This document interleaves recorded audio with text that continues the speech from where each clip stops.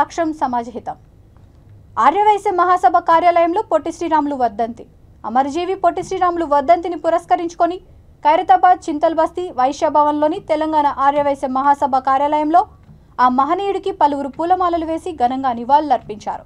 ఈ కార్యక్రమంలో మహాసభ కోశాధికారి కొండ్లె మల్లికార్జున్, ఆర్గనైజింగ్ కార్యదర్శి Renukuntla Ganesh, membership committee chairman Kasanagottu Rajasekhar Gupta, political media chairman Vidiyala Sanjay Kumar, south central railway board member Aitha Muralikrishna, Rangareddy జిల్లా అధ్యక్షుడు తాడేపల్లి వెంకటేశం గుప్తా పాల్గొన్నారు.